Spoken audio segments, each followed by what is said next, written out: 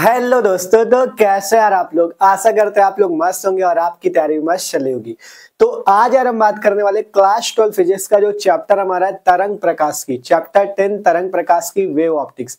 इस चैप्टर के सभी महत्वपूर्ण न्यूमेरिकल्स को आज की इस वीडियो पे हम देखने वाले हैं। और एक चीज जान लेना, इस वीडियो पे वो न्यूमेरिकल्स होंगे जो कि पिछले वर्षों में पूछे गए और मोस्ट इंपॉर्टेंट है। ठीक है, तो मस्त तरीके से एक एक क्वेश्चंस को आपको सॉल्व करना है और ये न्यूमेरिकल्स पेपर में आने की भी पूरी चांसेस रहेंगे, तो इनको अच्छे से आपको सॉल्व करना है। तो करो क्या, सब लोग अपनी अपनी कॉपी पेन निकाल लो, क्योंकि न्यूमेरिकल्स वाली क्लास है। अगर साथ साथ आप लोग लगाते रहोगे तो मस्त तरीके से आपको भी समझ में आता रहेगा। ठीक है, और अगर बात करें जो चैप्टर 10 तरंग प्रकाश की वेव ऑप्टिक्स वाला चैप्टर है, इसको इसके पहले वाले वीडियो पे हमने वन शॉट पे क्लियर किया था। उसके बाद जो डेरिवेशन थे उनको भी हमने क्लियर किया। ठीक है, तो अगर जिसने इसके पहले के वीडियो नहीं देखे, आपको इसी वीडियो के डिस्क्रिप्शन में प्लेलिस्ट मिल जाएगी 12th फिजिक्स वन शॉट की, वहां से जाके आप इसके पहले के वीडियोज को देख सकते हो। ठीक है, तो आज ये न्यूमेरिकल्स की क्लास है, मस्त तरीके से एक क्वेश्चन को सॉल्व करना। ठीक है, तो देखो शुरू करते हैं हम लोग आपका क्लास 12 फिजिक्स का जो चैप्टर 10 हमारा तरंग प्रकाश की वेव ऑप्टिक्स, इसके सभी मोस्ट इंपॉर्टेंट न्यूमेरिकल्स को। ठीक है, तो शुरू करें। सिंपल कॉपी पेन आपने निकाल लिया, पहला क्वेश्चन पढ़ते हैं और सॉल्व करते हैं। देखो पहला क्वेश्चन है, दो तरंगों की तीव्रताओं का अनुपात 1:9 है। यदि दोनों तरंगे व्यतिकरण करती हो तो परिणामी तरंग की अधिकतम तथा न्यूनतम तीव्रताओं का मान ज्ञात कीजिए। ठीक है, कहा गया यदि दोनों तरंगे व्यतिकरण करती हो तो परिणामी तरंग की अधिकतम तथा न्यूनतम तीव्रताओं का मान ज्ञात कीजिए। ठीक है, तो सिंपल से हम लोग ज्ञात कर सकते हैं। तो देखो हमें दिया क्या क्या है, जब भी कोई क्वेश्चन सॉल्व होगा सबसे पहले देखो दिया क्या है, निकालना क्या है। ठीक है, और हमने इससे पहले आपसे कहा था कि उस चैप्टर के सभी फॉर्मूले जरूर तैयार कर लेना, क्योंकि बिना फॉर्मूले के न्यूमेरिकल्स आप नहीं कर पाओगे। ठीक है, तो फॉर्मूले तैयार होने चाहिए आपको। तो सिंपल इस क्वेश्चन को सॉल्व करते हैं। हमारे पास क्या क्या दिया गया है, दो तरंगों की तीव्रताएं दी गई है, दो तरंगों की तीव्रताओं का अनुपात जो दिया हो अच्छे से नोट कर लो, उसमें कंजूसी न करो। ठीक है, क्योंकि स्टेप मार्किंग के नंबर होते हैं तो आपको पूरा लिखना है। दो तरंगों की तीव्रताओं का अनुपात दिया गया। ठीक है, दो तरंगों की तीव्रताओं का अनुपात। ठीक है, दो तरंगों की तीव्रताओं का अनुपात आपको दिया गया है।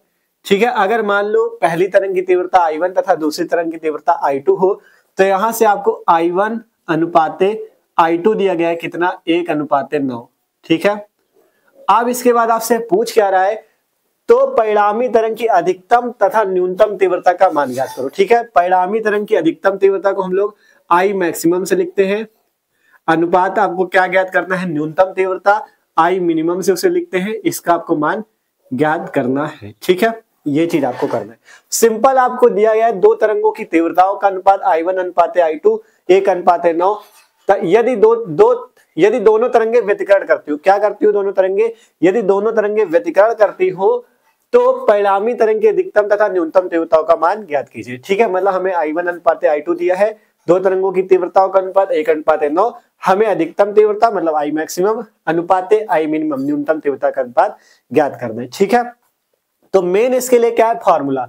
आपको हमने दो फॉर्मूले बताए थे। ठीक है, जब व्यतिकरण वाला टॉपिक हमने वन शॉट पे कराया था, उसमें आपको दो फॉर्मूले बताए थे। देखो पहला था I मैक्सिमम बराबर, पहला फॉर्मूला बताया था K A1 प्लस A2 का होल स्क्वायर, और एक I मिनिमम का फॉर्मूला था K A1 माइनस A2 का होल स्क्वायर। एक तो ये फॉर्मूला था। ठीक है, और इसके बाद एक फॉर्मूला यहीं पे और बताया था I मैक्सिमम का, इसमें था एक √I1 प्लस √I2 का होल स्क्वायर, और I मिनिमम का फॉर्मूला था √I1 माइनस √I2 का होल स्क्वायर। ठीक है, इस टाइप से हमने दो फॉर्मूले आपको बताए थे। I मैक्सिमम का ए क्या होता है, आयाम होता है, आयाम के पदों में ये फॉर्मूले थे। ठीक है, अधिकतम और न्यूनतम तीव्रताओं के, और तीव्रता के पदों में ये थे। तो अगर हम चाहे तो हमें I1 I2 की वैल्यू पता है, हम यहाँ से I मैक्सिमम I मिनिमम चाहे इस फॉर्मूले से निकाल लो, या आप लोग अगर इस फॉर्मूले से निकालना चाहो तो आपको सबसे पहले क्या करना होगा, I1 के लिए I1 बराबर K A1 स्क्वायर निकालना होगा। ठीक है, स्मॉल लिख लो A1 स्क्वायर। ठीक है, स्मॉल A1 लिख लो, A1 स्क्वायर जो कि आयाम हो जाएगा पहली तीव्रता का। फिर I2 बराबर K A2 स्क्वायर से हम लोग A1 और A2 सबसे पहले निकालेंगे, फिर इस फॉर्मूले में रख के I मैक्सिमम I मिनिमम निकालेंगे। फिर भी हम अनुपात निकाल सकते हैं। ठीक है, तो आपको दोनों फॉर्मूले याद रखने, चाहे इससे निकाल लो चाहे इससे, आसान उससे रहेगा तो हम लोग उससे निकालेंगे। ठीक है, फॉर्मूले हमने कहा ना इस चैप्टर के सभी आपको तैयार होने चाहिए। ठीक है, इसलिए कह रहे हैं पहले वन शॉट वाला वीडियो जाके देख लेना। ठीक है, तो सिंपल ये वाला फॉर्मूला लगाते हैं, अधिकतम और न्यूनतम तीव्रता वाला, और हम लोग सिंपल अनुपात निकाल लेते हैं। ठीक है, तो हमें सबसे पहले क्या निकाल लेते हैं, आई मैक्सिमम, अधिकतम तीव्रता, आई मैक्सिमम। ठीक है, आप लोग भी कॉपी पे सॉल्व करो। आई मैक्सिमम का सूत्र होता है √I1 प्लस √I2 का होल स्क्वायर। ठीक है, अब इसे हल करो। √I1 की वैल्यू 1 तो √1 प्लस √9। ठीक है, I2 की वैल्यू 9 का होल स्क्वायर। ठीक है, इस टाइप से सिंपल देख लो, I1 अनुपात I2 था तो I1 की वैल्यू 1, I2 की वैल्यू 9। ठीक है, अब इसके बाद हल करो, 1 का अंडर रूट निकालोगे 1 आ जाएगा, प्लस 9 का अंडर रूट 3 का स्क्वायर। यहां से हल करो, 1 3 4, 4 का स्क्वायर 16। तो यहां से हमारे पास आई मैक्सिमम अधिकतम तीव्रता कितनी आ गई, 16। अधिकतम तीव्रता अगर 16 आ गई तो हम न्यूनतम तीव्रता भी यही से निकाल लेंगे। आई मिनिमम बराबर यहां से √I1 माइनस √I2 का होल स्क्वायर, और आपको पता है √I1 को जब हल करोगे 1 आएगा, √I2 को हल करोगे 3 आएगा। ठीक है, तो यहां से 1 माइनस 3 का होल स्क्वायर, यही तो आएगा। इसको देखो, I1 की वैल्यू सेम ही तो I1 I2, तो 1 प्लस 3 आएगा, यहाँ 1 माइनस 3 आएगा। हल कर लो, 1 माइनस 3 माइनस 2 का स्क्वायर बराबर 4। तो हमें आई मिनिमम कितना मिल गया, 4 मिल गया। ठीक है, आई मिनिमम न्यूनतम तीव्रता कितनी मिल गई, 4। अब हमसे पूछ क्या रहा है, अधिकतम और न्यूनतम तीव्रता का अनुपात आई मैक्सिमम बटा आई मिनिमम बराबर कितना आ जाएगा, आई मैक्सिमम 16, ये 4। ठीक है, 16 बटा 4 काट दो, 4 चौको 16 और बटे में 1, तो आई मैक्सिमम बटा आई मिनिमम बराबर 4 बटा 1। इसे आप लोग ऐसे लिख सकते हो, आई मैक्सिमम अनुपाते आई मिनिमम बराबर 4 अनुपाते 3 नहीं 1। ठीक है, 4 अनुपाते 1, यही आपका अधिकतम तथा न्यूनतम तीव्रता का अनुपात है, और यही आपके पास आपका आंसर भी है। ठीक है, तो इस टाइप से क्वेश्चन, सिंपल सा क्वेश्चन सॉल्व है। सिंपल, बस ये आपको पता होना चाहिए फार्मूला पता है तो आप कोई भी क्वेश्चन बहुत ही आसान तरीके से हल कर सकते हो। सिंपल, हमें I1 I2 का अनुपात दिया था, हमें अधिकतम और न्यूनतम तीव्रता निकालनी थी, अधिकतम तीव्रता निकाली, न्यूनतम निकाली, उसका अनुपात निकाल, हमारे पास हमारा आंसर। ठीक है, अच्छा क्वेश्चन था, पहला क्वेश्चन था। देखो, जितने टाइप के क्वेश्चन आपके पेपर में आते हैं उन सभी टाइप्स के क्वेश्चन को हम आपको इस वीडियो पे कराएंगे, इसलिए कह रहे हैं वीडियो बहुत इंपॉर्टेंट है, पूरा लास्ट तक रुकना, एक एक क्वेश्चन को हल करेंगे। ठीक है, तो अब आप लोग क्या करो, इस क्वेश्चन को नोट करो। आप देखते हैं अगला क्वेश्चन। ठीक है, तो आप भैया देखते हैं हम लोग अगला क्वेश्चन। अगला जो क्वेश्चन है वो क्वेश्चन भी अच्छा है, इसे भी सिंपल से समझते हैं। ठीक है, क्वेश्चन है हमारे पास, यदि किसी तरंग का परिणामी आयाम व्यतिकरण के बाद a हो, जबकि प्रकाश स्रोत से संबद्ध कला स्रोत का आयाम भी a हो, तब दोनों तरंगों के बीच कलांतर ज्ञात कीजिए। ठीक है, ये पिछले वर्ष में 2-3 बार क्वेश्चन पूछा गया और मोस्ट इंपॉर्टेंट क्वेश्चन है। ठीक है, सिंपल कहा गया, यदि किसी तरंग का परिणामी आयाम जो हो व्यतिकरण के बाद स्मॉल a हो, जबकि प्रकाश स्रोत से संबद्ध कला स्रोत का आयाम भी a हो, तब दोनों तरंगों के बीच आप क्या ज्ञात कीजिए, कलांतर ज्ञात कीजिए। ठीक है, तो सिंपल सा क्वेश्चन है, हल हो जाएगा। देखो इसे करते हैं। आपको दिया क्या गया है, तरंग का परिणामी आयाम दिया गया है, तरंग का परिणामी आयाम कितना दिया है, स्मॉल a दिया है। ठीक है, परिणामी आयाम कितना दिया, स्मॉल a, जबकि प्रकाश स्रोत से संबद्ध कला स्रोत का आयाम भी a है। प्रकाश स्रोत से संबद्ध कला स्रोत का आयाम भी a है, मतलब ये जो प्रकाश स्रोत से संबद्ध कला स्रोत का आयाम भी a है, मतलब कि दोनों तरंगों का आयाम कितना है, a। यहां से कहा गया प्रकाश संबद्ध, मतलब प्रकाश स्रोत से संबद्ध जो कला स्रोत है, कला स्रोत से ही तो तरंगे जाएंगी। ठीक है, तो उसका आयाम भी कितना बताया जा रहा है, a, मतलब हमें यहाँ से दोनों तरंगों का आयाम a1 और a2 ये कितना दिया गया है, a दिया गया है। कैसे, देखो कहा गया प्रकाश स्रोत से जो संबद्ध कला स्रोत है उसका आयाम भी, प्रकाश स्रोत से ही तो तरंगे जाएंगी, और उससे संबद्ध अगर कला स्रोत का आयाम भी स्मॉल a है, तो यहाँ से दोनों तरंगों का आयाम a1 और a2 कितना हो जाएगा, a। हमसे पूछा गया है तरंगों के बीच कलांतर, कलांतर को किससे लिखते हैं, फाई से लिखते हैं, तो कलांतर फाई पूछा गया है कितना होगा। ठीक है, ये चीज हमसे क्वेश्चन दिया है और हमें फाई कलांतर निकालना है। ठीक है, सिंपल, तरंग का परिणामी आयाम स्मॉल a है, हमें कहा गया तरंग स्रोत से संबद्ध जो आपका कला स्रोत है उसका भी आयाम a है, मतलब दोनों तरंगों का आयाम a है, a1 a2 a है, कलांतर निकालना है। ठीक है, तो आपको एक सूत्र पता होना चाहिए परिणामी आयाम का। ठीक है, परिणामी आयाम का सूत्र क्या होता है, देखो लिखते हैं, परिणामी आयाम बराबर परिणामी आयाम को हम लोग लिखते हैं कैपिटल ए से। कैपिटल ए बराबर सूत्र होता है a1 square plus a2 square plus 2a1 a2 cos phi, ये सूत्र होता है। ठीक है, परिणामी आयाम a बराबर a1 square plus a2 square plus 2a1 a2 cos phi. इसी में परिणामी तीव्रता का सूत्र भी याद रखना, I बराबर होता है I1 plus I2 plus 2 root I1 root I2 cos phi, ये परिणामी तीव्रता का सूत्र होता है। ठीक है, इसमें तो आयाम पूछा गया, किसी मान लो न्यूमेरिकल आ गया पेपर में तीव्रता वाला, तो ये फॉर्मूला याद रखना, I बराबर I1 plus I2 plus 2 root I1 root I2 cos phi. ठीक है, तो इससे हमें परिणामी आयाम का सूत्र लगा के हम लोग फाई का मान निकाल सकते हैं। ठीक है, तो यहाँ से अगर a की वैल्यू मतलब परिणामी आयाम कितना स्मॉल है तो इसकी जगह a रख दो, बराबर a1 स्क्वायर, ये तो a ही है तो a का स्क्वायर प्लस a2 स्क्वायर, ये भी a है तो इसका square plus 2a1 a2, a1 और a2 a के इक्वल ही है तो a into A cos phi. ठीक है, इस टाइप से यहां से अगर निकाले तो a बराबर a square plus a square plus 2a square cos phi. ठीक है, अगर यहां से हम इसे हल करें तो a बराबर a square plus a square मिलकर 2a square plus 2a square cos phi. ठीक है, इस टाइप से ये चीज तो आएगा। अब इसके बाद क्या करें, अगर हम यहाँ से 2a स्क्वायर मान लो कॉमन ले लें तो बचेगा क्या 1 प्लस cos फाई, ये तो बच जाएगा। अगर 2a स्क्वायर कॉमन लिया जाए तो यहां से क्या बचेगा 1 प्लस cos फाई। ठीक है, और हमें निकालना क्या है, कलांतर पूछा गया है। ठीक है, a बराबर 2a स्क्वायर कोष्टक में 1 प्लस cos फाई। देखो इसमें हमने एक चीज गड़बड़ किया, क्या, आयाम के सूत्र में अंडर रूट भी होता है। देखो सूत्र ये होता है a बराबर under root a1 square plus a2 square plus 2a1 a2 cos phi. ठीक है, इसमें ये चीज गड़बड़ हुआ, इसमें अंडर रूट लगा होता है, हमने यहाँ पे अंडर रूट नहीं लगाया। ठीक है, अगर आप अंडर रूट ना लगाना चाहो तो इसका स्क्वायर कर सकते हो, a स्क्वायर बराबर तो उधर भी स्क्वायर हो जाएगा, अंडर रूट हट जाएगा, a1 square plus a2 square plus 2a1 a2 cos phi. ठीक है, फॉर्मूला ये होता है आपका a बराबर। ठीक है, सिंपल a बराबर under root a1 square plus a2 square plus 2a1 a2 cos phi, या अगर अंडर रूट हटाना चाहो तो इधर स्क्वायर लगा दो, आगे कर जाएगा। ठीक है, तो यहाँ पे हमें a स्क्वायर करना होगा, तब फार्मूला आपका होगा a स्क्वायर बराबर a1 square plus a2 square plus 2a1 a2 cos phi. ठीक है, तो यहाँ से हमें स्क्वायर इसका भी करना होगा, जब इसका स्क्वायर करोगे तो a स्क्वायर सारा आएगा। ठीक है, अब इसके बाद अगर हम क्या करें, यहाँ भी a स्क्वायर, यहाँ 2a स्क्वायर। ठीक है, अगर इस 2a स्क्वायर को यहाँ पे गुड़े में इसको नीचे ले लो तो a स्क्वायर बटा 2a स्क्वायर बराबर 1 प्लस cos फाई, इतना बच जाएगा। ठीक है, देख लो a स्क्वायर, ये 2a स्क्वायर गुड़े में था, बटे में ले लिया, बराबर 1 plus cos phi, a square से a स्क्वायर कैंसिल, बचा 1 बटा 2, और यहाँ पे प्लस का 1 है, इधर आ जाएगा माइनस का 1 cos फाई। ठीक है, सिंपल देख लो। ठीक है, यहाँ से आपका a स्क्वायर से a स्क्वायर कटा 1/2, ये प्लस का 1 इधर आ गया माइनस 1, 1/2 माइनस 1 बराबर cos फाई। अगर यहाँ से इसको घटा लो तो माइनस का 1/2 आएगा बराबर cos फाई। cos फाई की वैल्यू कितनी आ गई, -1/2। ठीक है, cos फाई आ गया -1/2।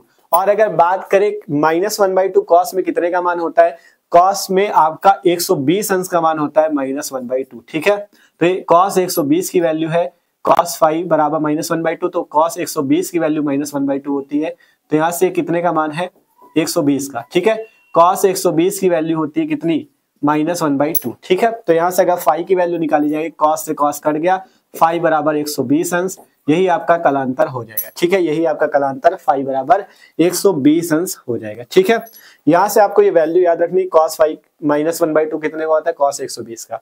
निकलता कैसे ऐसे, अगर cos फाई बराबर -1/2 है, -1/2, तो इसे आप मान सकते हैं माइनस का cos 1/2 कितने का मान होता है, 1/2 होता है मान कितने का, cos 60 का। ठीक है, तो माइनस का cos 60 इस टाइप से। ठीक है, और अगर आपको इसे देखो, आपको पता है, अगर मैथ वाले हो तो उनको पता है 180 माइनस थीटा जो 2/3 चतुर्थांश होता है, उसमें आपका क्या होता है, उसमें साइन और कॉसेक माइनस, साइन और कॉसेक प्लस होते हैं, बाकी सब माइनस। तो अगर हम इसमें क्या करें, cos फाई बराबर यहाँ से cos 180 माइनस थीटा कर दे, यहाँ से -60 कर दे, तो हमें पता है कि ये माइनस और यहाँ का 180 माइनस थीटा वाला माइनस मिलके प्लस हो जाएगा, तब cos फाई बराबर कितना आ जाएगा, 180 माइनस 60 मिलके cos 120, और अगर cos से cos कटा तो फाई बराबर 120। ठीक है, मैथ वालों को तो ये समझ में आ रहा होगा कैसे हुआ, 2/3 चतुर्थांश से। ठीक है, और अगर आपने हाई स्कूल में सही से पढ़ा तो आपको पता भी होगा cos 180 माइनस थीटा किसके इक्वल होता है, माइनस cos थीटा की। तो इससे भी निकाल सकते हो, या जिसको ना समझ में आ रहा हो सीधा याद रखो,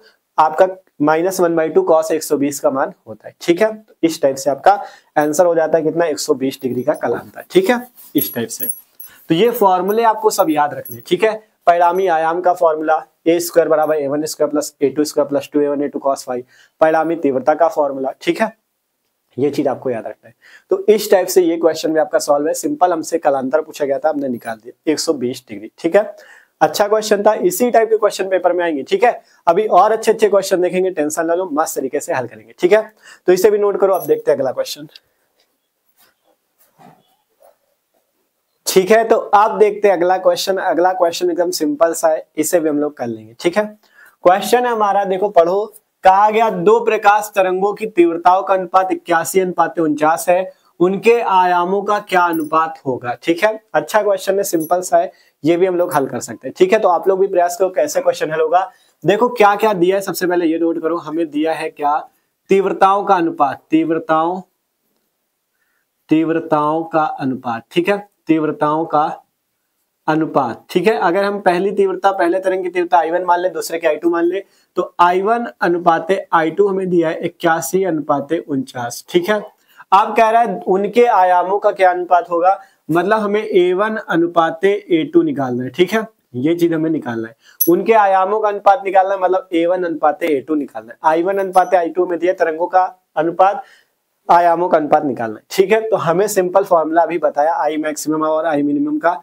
I maximum A1 plus A2 का होल स्क्वायर, के भी लगता है, के कांस्टेंट होता है, के A1 प्लस A2 का होल स्क्वायर, और I मिनिमम के A1 माइनस A2 का होल स्क्वायर, इस टाइप से। ठीक है, तो सिंपल अगर I1 की जगह हम लोग ये वाला फॉर्मूला लगा दे, I2 की जगह ये फॉर्मूला लगा दे, तो हमारा आयाम का निकल आएगा। ठीक है, सिंपल यहाँ से अगर I1 बटा I2 करते हैं, तो I1 बटा I2, अगर I1 की जगह फॉर्मूला लगा दो के A1 प्लस A2 का होल स्क्वायर, और I2 की जगह फॉर्मूला लगा दो के A1 माइनस A2 का होल स्क्वायर, तो यहाँ से आप A1 और A2 निकाल सकते हो। ठीक है, तो सिंपल I1 बटा I2 की वैल्यू 81/49।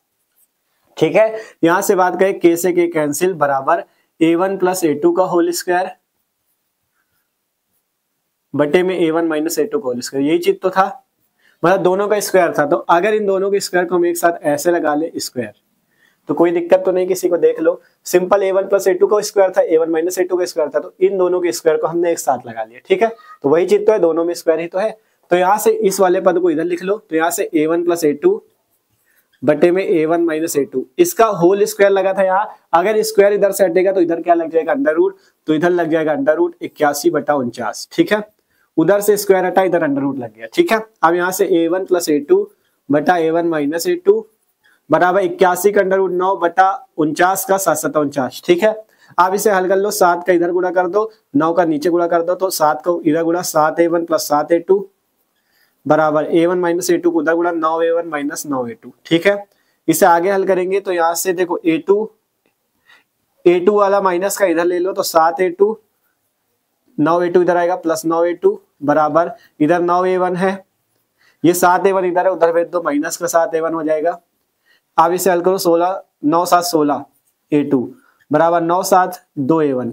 यहाँ से आपको निकालना है A1 बटा A2, तो यहाँ से हम क्या करते हैं, 2A1 बराबर 16A2। ठीक है, हमें A1 बटा A2 निकालना है। ठीक है, तो यहाँ से A1, ये A2 इधर गुणे में बटे में ले लो, A1 बटा A2 बराबर 16/2। ठीक है, 2 नीचे चला गया, 2 8 16 1, तो यहाँ से A1 अनुपाते A2 हमारे पास कितना आ गया, A1 अनुपाते A2 बराबर 8:1, और यही हमारे पास हमारा आंसर है। ठीक है, इस टाइप से एक लाइन पे लिख लेना सही से, A1 अनुपाते A2 बराबर 8:1। ठीक है, यही हमारे पास आंसर है, आयामों का अनुपात आ चुका है, A1 अनुपाते A2 बराबर 8:1। ठीक है, तो सिंपल सा ये क्वेश्चन भी सॉल्व है, अच्छा क्वेश्चन था, सिंपल, बस फॉर्मूला जिसको पता तुरंत निकाल लेगा। ठीक है, तो इसलिए किसी भी चैप्टर के न्यूमेरिकल्स लगाओ, सबसे पहले उसके फॉर्मूले तैयार करो। इसके पहले हमने चैप्टर 1 से जो चैप्टर नंबर 9 तक सभी के न्यूमेरिकल्स करा रखे हैं, सभी चैप्टर्स के। ठीक है, आपसे कह रहे हैं डिस्क्रिप्शन में प्लेलिस्ट जो है 12 फिजिक्स 1 शॉट वाली, वहां पे आपको वो वीडियो मिल भी जाएंगे। ठीक है, तो इसको नोट करो। अब देखते हैं अगला क्वेश्चन। ठीक है, तो आप सिंपल बात करते हैं हम लोग अगला क्वेश्चन। अगला जो क्वेश्चन है ये भी अच्छा क्वेश्चन। ठीक है, पढ़ो सिंपल। देखो क्वेश्चन हमारे पास क्या दिया गया, हमें कह रहा है 0.2 मिलीमीटर चौड़ाई वाले रेखा छिद्र से 2 मीटर दूर रखे पर्दे पर विवर्तन प्राप्त होता है। ठीक है, कहा गया 0.2 मिलीमीटर चौड़ाई वाले रेखा छिद्र से 2 मीटर दूर रखे पर्दे पे क्या प्राप्त होता है, विवर्तन। मतलब ये विवर्तन वाला सवाल है। ठीक है, अब कहा गया पर्दे पे केंद्रीय उच्चिष्ट के दोनों ओर 5 मिलीमीटर पर प्रथम निम्निष्ट पाया जाता है, प्रकाश की तरंग दैर्ध्य की गणना कीजिए। ठीक है, प्रकाश की तरंग दैर्ध्य की गणना कीजिए। अच्छा क्वेश्चन है, सिंपल से देखो, जो जो दिया है नोट करते हैं। विवर्तन के लिए हमें सबसे पहले रेखा छिद्र की चौड़ाई दी है, तो लिखो रेखा छिद्र की चौड़ाई। रेखा छिद्र की चौड़ाई, रेखा छिद्र की चौड़ाई या स्लिट की चौड़ाई को हम लोग किससे लिखते हैं? हम लोग लिखते हैं स्मॉल ई से। कितना दिया गया है? 0.2 मिलीमीटर, जो 0.2 मिलीमीटर। ठीक है, इस टाइप से। इसके बाद अगर बात करें, हमें दिया गया है 2 मीटर दूर रखे पर्दे। आपने जब हमने विवर्तन पढ़ाया था तो उसमें क्या था, एक स्लिट थी जिससे आपका डी दूरी पे एक पर्दा रखा था, जिसमें हमें क्या प्राप्त हुए थे? उच्चिष्ट और निम्निष्ट। ठीक है, तो वहां पे हमें डब्ल्यू मान लेते हैं उसे, डब्ल्यू कह रहे हैं, कैपिटल डी से हमने उसे दर्शाया था। कैपिटल डी जो थी वो क्या थी? पर्दे की दूरी थी। ठीक है, पर्दे की दूरी। इसी टाइप से देखो, चित्र इस टाइप से था, ये रेखा चित्र था। आगे यहाँ पे पर्दा रखा था जिसमें ओ पॉइंट पे हमें मुख्य उच्चिष्ट प्राप्त हुआ था, पी पॉइंट पे हमें उच्चिष्ट और निम्निष्ट प्राप्त हुए थे। तो बीच की दूरी ही तो डी थी, तो वही बात है, डी क्या हो जाएगी? पर्दे की दूरी। ठीक है, कैपिटल डी। कितना दिया है? 2 मीटर, तो 2 मीटर लिख लो। इसके बाद एक चीज आप लोग ध्यान देना, इस कैपिटल डी की वैल्यू मीटर में दी गई है और इसकी मिलीमीटर में, तो सबसे पहले इस ई की वैल्यू को भी मीटर में बदल लेना। ठीक है, अगर मिलीमीटर को मीटर में बदलना है तो 10 की पावर -3 से गुणा करते हैं, तो यहाँ पे 0.2 गुणे 10 की पावर -3 से गुणा कर दोगे, मीटर में आपका वैल्यू चेंज हो जाएगी। अब इसके बाद कहा गया पर्दे पर केंद्रीय उच्चिष्ट के दोनों ओर 5 मिलीमीटर पर प्रथम निम्निष्ट पाया जाता है। देखो इसमें इस टाइप से था, सिंपल यहाँ पे इस टाइप से आपका, ठीक है, इस टाइप से जो ग्राफ बना था आपने देखा था इस टाइप से। ठीक है, इस टाइप से। इसमें हमें यहाँ पे क्या प्राप्त हुआ था? केंद्रीय उच्चिष्ट या मुख्य उच्चिष्ट। और यहाँ पे हमें क्या प्राप्त हुआ था? यहाँ पे हमें प्रथम निम्निष्ट प्राप्त हुआ था, यहाँ पे गौण उच्चिष्ट। तो कहा गया इस, देखो के यहाँ पे क्या प्राप्त होता है? मुख्य उच्चिष्ट या केंद्रीय उच्चिष्ट। तो कहा गया केंद्रीय उच्चिष्ट के दोनों ओर 5 मिलीमीटर पर, मतलब यहां से भी 5 मिलीमीटर पर, यहां से भी 5 मिलीमीटर पर हमें क्या प्राप्त होता है? प्रथम निम्निष्ट। ठीक है, तो यहां से हमें किसकी वैल्यू दी गई है? कह रहा दोनों ओर से 5 मिलीमीटर दूरी पर, मतलब हमें यहाँ पे x का मान दिया गया है कितना? 5 मिलीमीटर, दोनों ओर की दूरी दी गई है। ठीक है, इस टाइप से जो बना था उसमें P यहाँ पे पॉइंट था। जब स्लिट, देखो अगर आपने विवर्तन वाला डेरिवेशन देखा तभी समझ पाओगे। ठीक है, यहाँ पर से जब सिंपल यहाँ पे हमने कहा था, यहाँ से आपका क्या बना था? यहाँ पे इस पॉइंट P पे हमें फ्रिंज वो उच्चिष्ट निम्निष्ट प्राप्त हुए थे, तो यहाँ से P था और यहाँ पे पॉइंट कौन सा था? O। इसके बीच की दूरी कौन सी थी? X। तो वही दूरी X यहाँ पे क्या हो जाएगी आपका? इस O पॉइंट पे हमें क्या प्राप्त हुआ था? हमें यहाँ पे केंद्रीय उच्चिष्ट प्राप्त हुआ था और यहाँ P पॉइंट पे निम्निष्ट प्राप्त हुए थे। तो केंद्रीय उच्चिष्ट से निम्निष्ट की दूरी ही तो X होती है।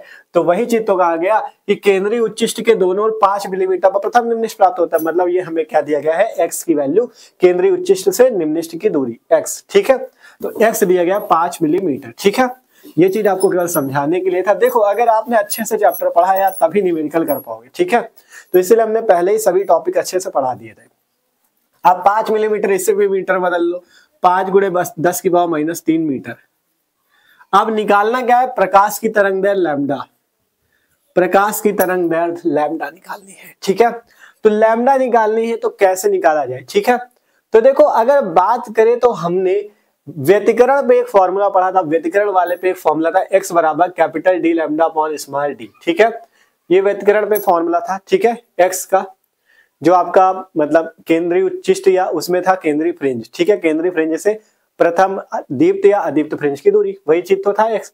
वैसे इसमें भी होता है, तो इसमें जैसे स्मॉल डी था, इसमें स्मॉल डी की जगह क्या होती? चौड़ाई ई होती। तो यही से हम फॉर्मूला लगा सकते हैं, x बराबर कैपिटल डी लैम्डा अपॉन में स्मॉल डी की जगह ई, क्योंकि हमारे पास विवर्तन में दूरी जो होती है रेखा छिद्र की वो ई होती है और व्यतिकरण में डी होती है। ठीक है, तो यहाँ से इस फॉर्मूले से हम लोग क्या निकाल सकते हैं? लैम्डा की वैल्यू, क्योंकि तरंग दैर्ध्य निकाली है तो इस फॉर्मूले से हम लोग निकालेंगे। ठीक है, तो सिंपल जो जो वैल्यू है रख दो, हमें निकालना क्या है? लैम्डा। तो लैम्डा निकालना है तो लैम्डा को यही रोक लो और ई को इधर भेजो, तो x इंटू ई और ये डी इधर गुणे में बटे में आ जाएगा बराबर लैम्डा। ठीक है, लैम्डा हम यहाँ से निकालेंगे इस फॉर्मूले से। ई यहाँ पे था, इसे इधर भेज दिया, डी को इधर भेज दिया, लैम्डा बराबर वैल्यू आ गई, लैम्डा निकाल लेंगे। तो लैम्डा बराबर x की वैल्यू कितनी है? 5 गुणे 10 की पावर -3 मीटर इंटू ई की वैल्यू कितनी है? 0.2 गुणे 10 की पावर -3 मीटर बटे में कैपिटल डी की वैल्यू कितनी है? 2 मीटर। ठीक है, अगर आप चाहते तो ये जो 0.2 गुणे 10 की पावर -3 है इसे आप ऐसे बना सकते हो, 0.2 को क्या लिख सकते हो, 2 गुणे 10 की पावर -1 और 10 की पावर -1 इस 10 की पावर -3 से जुड़ जाएगा 10 की पावर -4 मीटर। ठीक है, तो यहाँ पे आ जाएगा 2 गुणे 10 की पावर -4 मीटर। तो इसे हम यहीं से लिख लेते हैं 2 गुणे 10 की पावर -4 मीटर। ठीक है, सिंपल। अब यहाँ से 2 है, देखो x की वैल्यू 5 गुणे 10 की पावर -3 थी, ये है, और E की वैल्यू ये है 2 गुणे 10 की पावर -4, D की वैल्यू 2 मीटर, मीटर में ही दी थी। तो यहाँ से 2 से 2 कैंसिल हो जाएगा, वैल्यू कितनी आ जाएगी, लैम्डा बराबर 5 गुणे 3 10 की पावर -3 और 10 की पावर -4 मिलके 10 की पावर -7 मीटर। ठीक है, इस टाइप से आपके पास ये आपका आंसर हो जाएगा। ठीक है, क्वेश्चन एकदम सिंपल था, बस फॉर्मूला आपको समझना था कैसा फॉर्मूला लगेगा। ठीक है, और इसमें ये चीज समझना था क्या क्या दिया है हमें रेखा क्षेत्र की दूरी दी थी, पर्दे की दूरी दी थी, हमें कह रहा था प्रथम केंद्रीय उच्च से 5 मिलीमीटर दूरी पे दोनों ओर हमें प्रथम निम्निश प्राप्त होता है, मतलब एक्स की दूरी दी थी, यहाँ से लैम्डा निकालना था, इस फॉर्मूले से निकाल लो। ठीक है, सिंपल क्वेश्चन था, ये क्वेश्चन हल हो चुका है। ठीक है, तो इसी टाइप से और अच्छे अच्छे क्वेश्चन देखेंगे, तो जल्दी से इसे भी नोट कर लो। अब देखते हैं अगला। तो देखो अब अगला क्वेश्चन अच्छा क्वेश्चन है, सिंपल देखना, इसे भी सिंपल सा क्वेश्चन है। कहा गया यंग के द्विक रेखा क्षेत्र प्रयोग में स्लिटे जो है 0.28 मिलीमीटर दूरी पर है और पर्दा 1.4 मीटर दूर रखा है। ठीक है, पर्दा कहां रखा है, 1.4 मीटर दूर। अब कहा गया केंद्रीय दीप्त फ्रिंज और चौथी दीप्त फ्रिंज के बीच दूरी, ठीक है, 1.2 सेंटीमीटर है। ठीक है, केंद्रीय दीप्त फ्रिंज और चौथी दीप्त फ्रिंज के बीच की दूरी 1.2 सेंटीमीटर। अब कहा गया प्रयोग में प्रयुक्त प्रकाश की तरंग दैर्ध्य एवं दीप्त फ्रिंज की चौड़ाई ज्ञात कीजिए। ठीक है, दो चीजें पूछी गई है, प्रकाश की तरंग दैर्ध्य एवं दीप्त फ्रिंज की चौड़ाई। ठीक है, सिंपल सा है, इसे भी लगाने का प्रयास करेंगे हम लोग। हमें दिया है यंग के द्विक रेखा क्षेत्र प्रयोग में स्लिटों के बीच की दूरी इतनी है, पर्दे की दूरी इतनी है, केंद्रीय दीप्त फ्रिंज और चौथी दीप्त फ्रिंज के बीच दूरी इतनी है, हमें तरंगदैर्ध्य लैम्डा निकालनी है और दीप्त फ्रिंज की चौड़ाई W निकालनी है। ठीक है, सिंपल से निकाल लेंगे। तो देखो क्या क्या दिया है, हमें दिया गया है द्विक रेखा क्षेत्र प्रयोग में स्लिट के बीच की दूरी, स्लिटे कहा गया ना, स्लिटों के बीच दूरी लिख देना, स्लिटों के बीच दूरी। ठीक है, स्लिटों के बीच दूरी, स्लिटों के बीच दूरी व्यतिकरण की घटना है। ठीक है, घटना किसकी, केंद्रीय दीप्त फ्रिंज मतलब व्यतिकरण की घटना, तो उसमें कैपिटल स्मॉल डी से लिखते हैं स्लिटों के बीच की दूरी और विवर्तन में स्मॉल ई से। ठीक है, स्मॉल डी कितनी है, 0.28 या 28 मिलीमीटर। अब आपको सबसे पहले इसे मीटर में चेंज करना है, तो 0.28 इंटू 10 की पावर -3 मीटर। ठीक है, इस टाइप से 0.28 इंटू 10 की पावर -3 मीटर, मिलीमीटर से मीटर में 10 की पावर -3 से गुणा। अब अगर इसे आप डायरेक्ट 28 बनाना चाहो, 28 बनाए कि ना बनाए, बना लेते हैं। ठीक है, अगर 28 बनाओगे इसे तो यहाँ से 28 गुणे 10 की पावर -2 लिखोगे इसे। ठीक है, 0.28 को अगर 28 बनाओगे तो 10 की पावर -2 हो जाएगा। ठीक है, मतलब दशमलव हट जाएगा तो 10 की पावर -2 आएगा। अब ये 10 की पावर -2 और 10 की पावर -3 पहले से था, मिलके क्या बन जाएगा, 10 की पावर -5। अब इसे हमने मीटर में बदल लिया। ठीक है, सिंपल 0.28 को हम लोग 28 मतलब 28 इंटू 10 की पावर -2 लिख सकते हैं, तो उसी से आया 28 गुणे 10 की पावर -3 पहले से था, -3 -2 मिल गया -5। ठीक है, इसके बाद कहा गया पर्दा 1.4 मीटर दूर, पर्दे की दूरी दी गई है, पर्दे के बीच दूरी, पर्दे के बीच की दूरी दी गई है। पर्दे के बीच की दूरी को किससे लिखते हैं, कैपिटल डी से।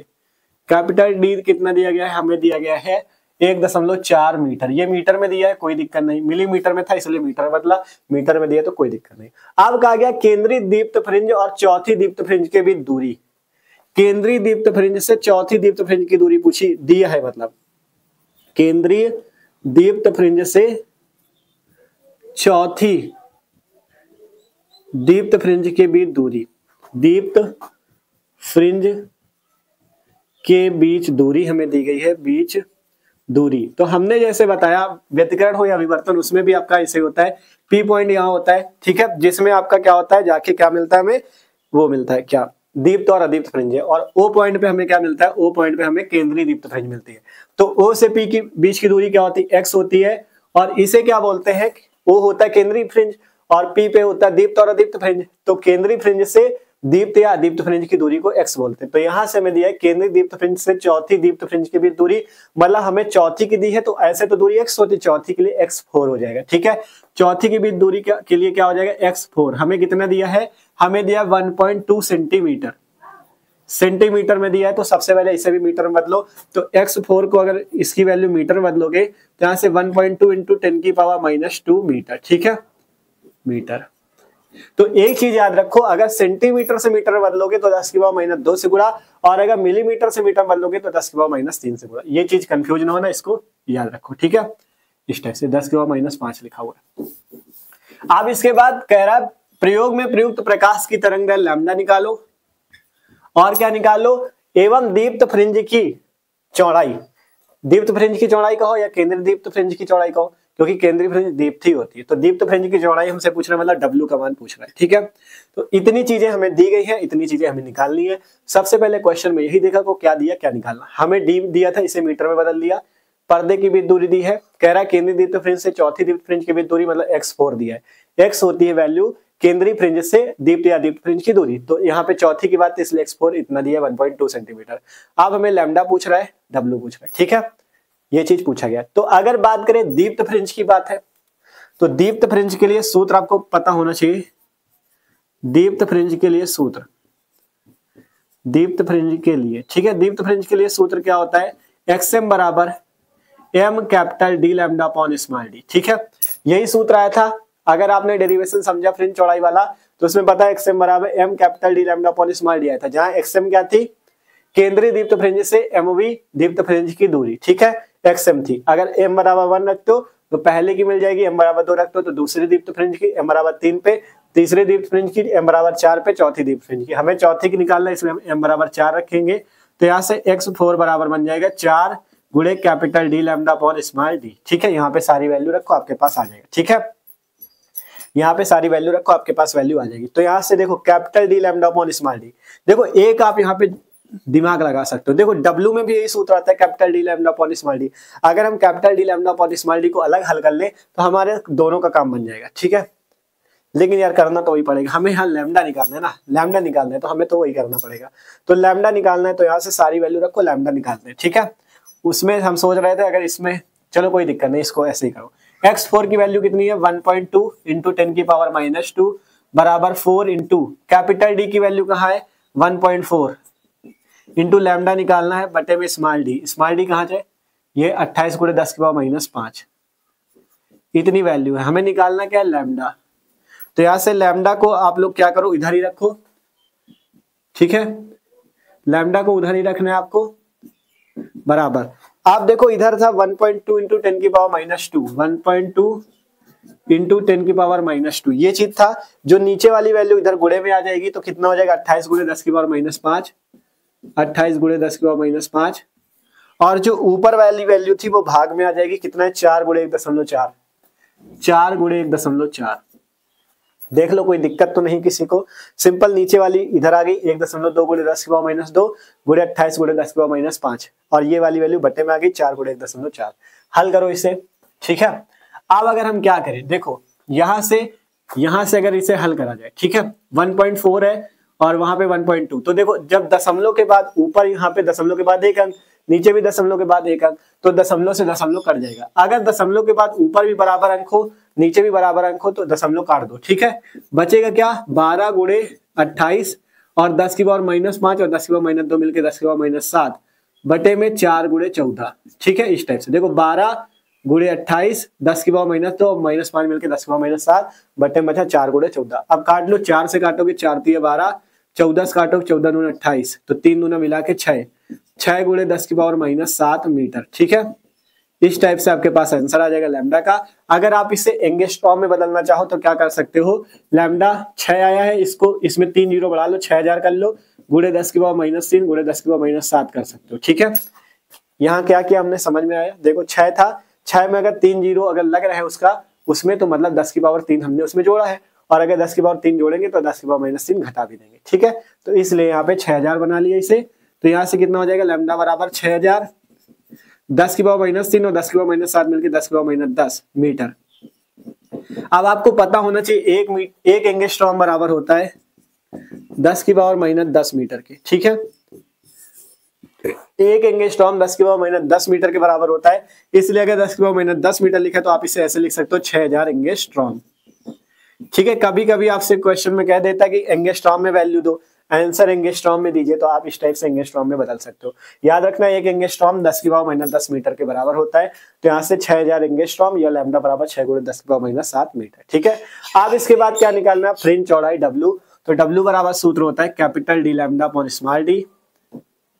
यहाँ से W निकाल लो, कैपिटल D की वैल्यू 5 है, कहाँ गया 5, W कहाँ गया, ये कैपिटल D की वैल्यू 1.4 है, इंटू लैम्डा की वैल्यू कितनी है 6 × 10⁻7 मीटर वाली रखना क्योंकि सारी वैल्यू मीटर में रखोगे, बटे स्मॉल d कहाँ है, ये 28 × 10⁻5। ठीक है, 28 × 10⁻5।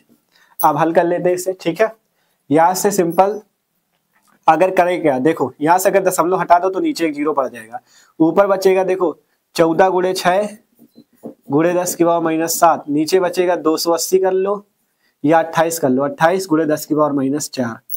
समझ में आया, देखो पहले दशमलव हटाओगे, दशमलव के बाद एक अंक था इसलिए एक जीरो बढ़ा, तो 14 × 6 × 10⁻7 280 था, तो इसको 28 बचाया, एक जीरो जो था इसके साथ लग गया 10⁻5 और ये जीरो मिलकर 10⁻4।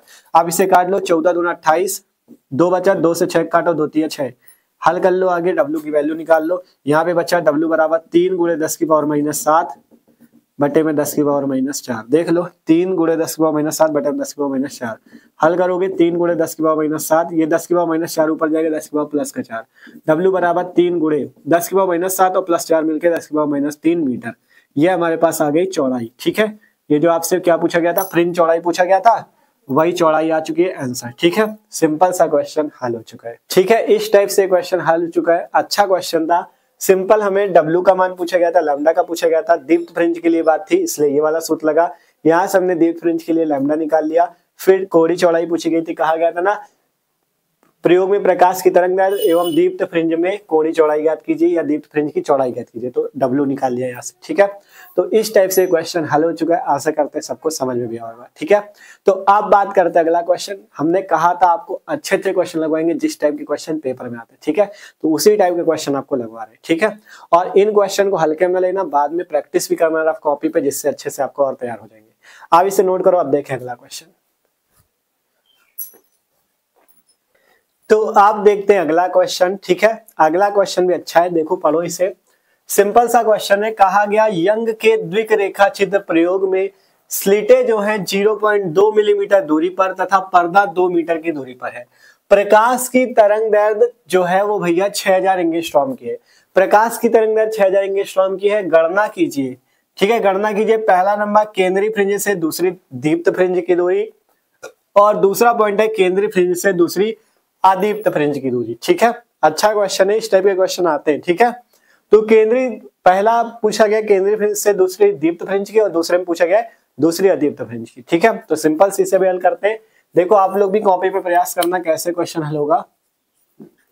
सिंपल क्या क्या दिया गया, यंग के द्विक रेखा छिद्र प्रयोग में स्लिटों के बीच की दूरी, स्लिटों के बीच की दूरी लिख लेना स्मॉल डी 0.2 मिलीमीटर। सबसे पहले इसे मीटर बदलेंगे तो 0.2 गुणे 10⁻³ मीटर। ठीक है, मीटर बदलने के लिए 10⁻³ का गुणा।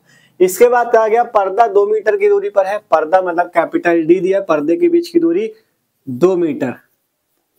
इसके बाद कहा गया प्रकाश की तरंगदैर्घ्य लैम्डा है 6000 एंगस्ट्रॉम। लैम्डा कितनी है 6000 एंगस्ट्रॉम।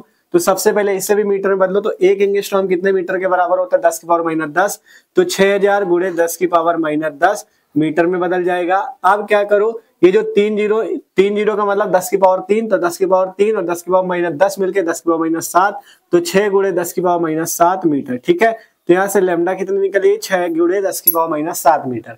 अब पूछा क्या गया, हमसे पूछा गया पहला पॉइंट पूछा गया केंद्रीय फ्रिंज से दूसरी दीप्त फ्रिंज की दूरी।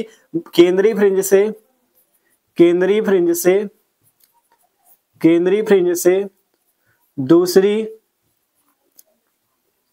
दूसरी दीप्त फ्रिंज की दूरी, दूसरी दीप्त फ्रिंज की दूरी। ठीक है, केंद्रीय फ्रिंज से क्या पूछा गया, दूसरी दीप्त फ्रिंज की दूरी। ठीक है, तो हमने अभी बताया दीप्त फ्रिंज के लिए आपको पता है आपका दूरी के लिए फॉर्मूला होता है एक्सएम बराबर m capital D lambda upon small d। ये वाला सूत्र अभी बताया।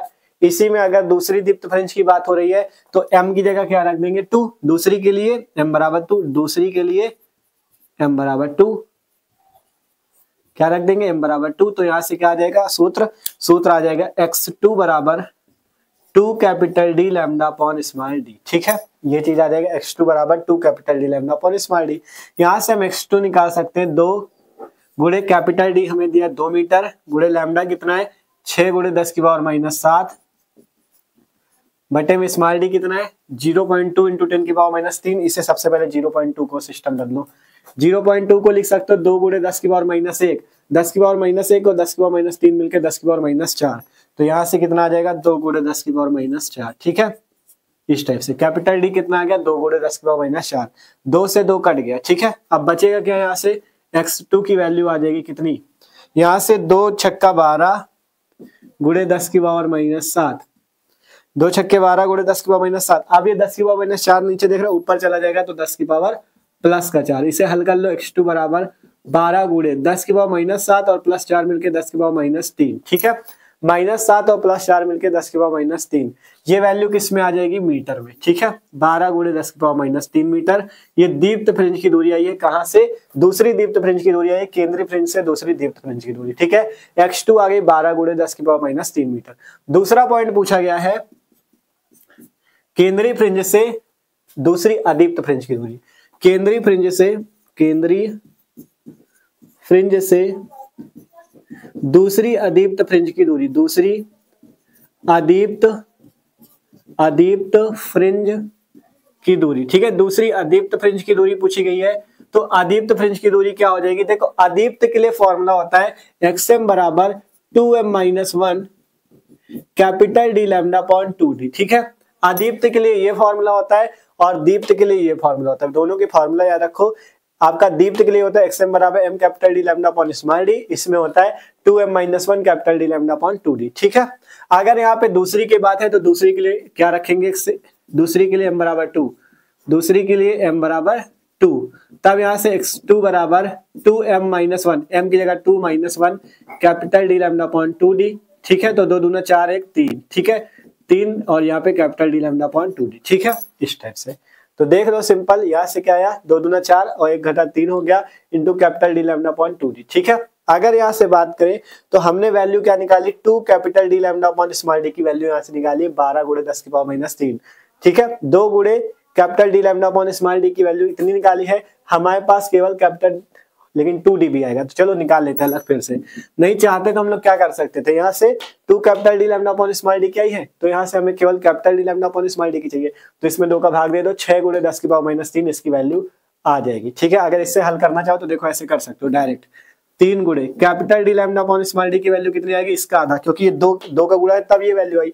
जब 2 का गुणा नहीं होगा तो इसका आधा आएगा 6 गुणे 10 की पावर -3 और बटे में ये वाला 2 भी है तो ये। अब इसे हल करोगे 2 3 6, 3 का 3 से गुणा 9 गुणे 10 की पावर -3। ये है सॉल्ट ट्रिक, लेकिन यहाँ पे ऐसे निकालना चाहो तो निकाल भी सकते हो। देखो 3 गुणे कैपिटल डी की वैल्यू 2 मीटर इंटू लैम्डा 6 गुणे 10 की पावर -7 बटे में 2 गुणे डी की वैल्यू स्मॉल डी कितना है 0, ये 2 गुणे 10 की पावर -4 ये रख दो, 2 गुणे 10 की पावर -4। ठीक है, इस टाइप से हल करो, 2 से 2 गया, 2 3 6। ठीक है, 3 का 3 से गुणा 3 त्रिकोण 9, 10 की पावर -7 बटे में 10 की पावर -4, 10 की पावर -4 ऊपर जाएगा, 9 गुणे 10 की पावर -7 और +4 मिलके प्लस का 3, तब यहाँ से x2 कितना आ जाएगा 9 गुणे 10 की पावर 3। ठीक है, देख सकते हो -7 और +4 मिलके -3 आएगा। ठीक है, वैल्यू मीटर में आ जाएगी और यही हमारे पास आंसर हो जाएगा। ठीक है, इस टाइप से डायरेक्ट कर सकते थे या ऐसे निकाल लो। ठीक है, तो इस टाइप से हमारा देखो दीप्त फ्रिंज के लिए बस याद रखना xm बराबर होता है m capital D lambda upon small D. यहाँ m की वैल्यू 0 1 2 3 इस टाइप से आप रख सकते हो, वहां भी इसी टाइप से। ठीक है, अदीप्त के लिए xm बराबर 2m-1 capital D lambda upon 2d, यहाँ से भी आप निकाल सकते हो। ठीक है, तो ये दीप्त के लिए होता है, वो अदीप्त के लिए होता है। तो इस टाइप से ये क्वेश्चन हल हो चुका है। ठीक है, हम कह रहे हैं ना अगर आप चैप्टर के सारे फॉर्मूले तैयार कर लेते हो, ठीक है, तो आप किसी भी क्वेश्चन को कर सकते हो और मेन कॉन्सेप्ट भी क्लियर होना चाहिए। मान लो किसी टॉपिक का अगर फॉर्मूला है तो उसको आप अगर अच्छे से पढ़े रहोगे तो एक एक पॉइंट आपका क्लियर होगा, आप तुरंत समझ जाओगे पहली दीप्त फ्रिंज दूसरी दीप्त फ्रिंज, इसमें ये सब समझना जरूरी है। तभी समझ पाओगे जब आपने व्यतिकरण वाला जब फ्रिंज की चौड़ाई के लिए व्यंजक था उसको अच्छे से पढ़ा होगा, विवर्तन जो एकल झिर्री के कारण विवर्तन था उसको अच्छे से पढ़ा होगा, तो आप आसानी से सारे न्यूमेरिकल्स को लगा सकते हो। ठीक है, क्योंकि न्यूमेरिकल्स इसी से पूछे जाते हैं, मेन परिणामी तीव्रता परिणामी आयाम वाला और ये व्यतिकरण विवर्तन वाला, और इसके अलावा इससे क्या न्यूमेरिकल्स आएंगे। ठीक है, तो इस टाइप से आपके जितने इंपॉर्टेंट न्यूमेरिकल्स थे पेपर में पूछे जाते हैं उन सबको हमने आज के इस वीडियो पे देखा। तो आशा करते हैं वीडियो अच्छा लगा होगा और आपको सारे क्वेश्चन समझ में भी आए होंगे। तो समझ में आए तो वीडियो को लाइक कर लेना और जो लोग चैनल पर हो सब्सक्राइब कर लो, क्योंकि मस्त तरीके से तैयारी चल रही है आपकी क्लास 12 फिजिक्स की भी, क्लास 12 केमिस्ट्री की भी।